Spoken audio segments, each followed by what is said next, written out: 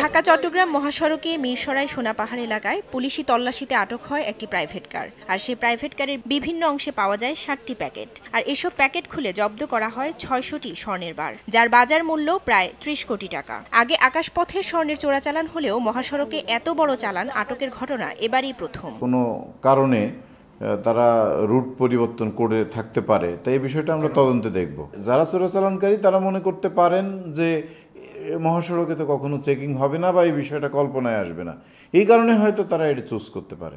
একই সময় নগরীর সিআরবি এলাকা গোয়েন্দা পুলিশের হাতে ধরা পড়ে আরও একটি স্বর্ণের চালান। অপর একটি প্রাইভেট কারে পাওয়া ৫ কোটি টাকা মূল্যের ১০০টি স্বর্ণের বার। আইনশৃঙ্খলা বাহিনীর নজর এড়াতে নতুন এ রোড বলে মনে করছেন এই গোয়েন্দা কর্মকর্তা।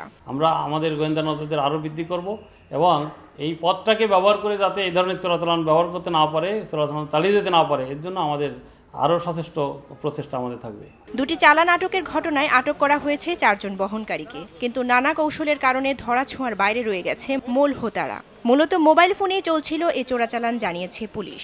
তারা মোবাইলে ইনস্ট্রাকশন পায় গাড়িটা নিয়ে ঢাকা যাচ্ছিল এবং গাড়িটা বাইতুল মোকাররমের সামনে গিয়ে তারা যেটা বলতেছে যে একইভাবে ইনস্ট্রাকশন পাবে যে আপনারা গাড়িটা রেখে চলে যান।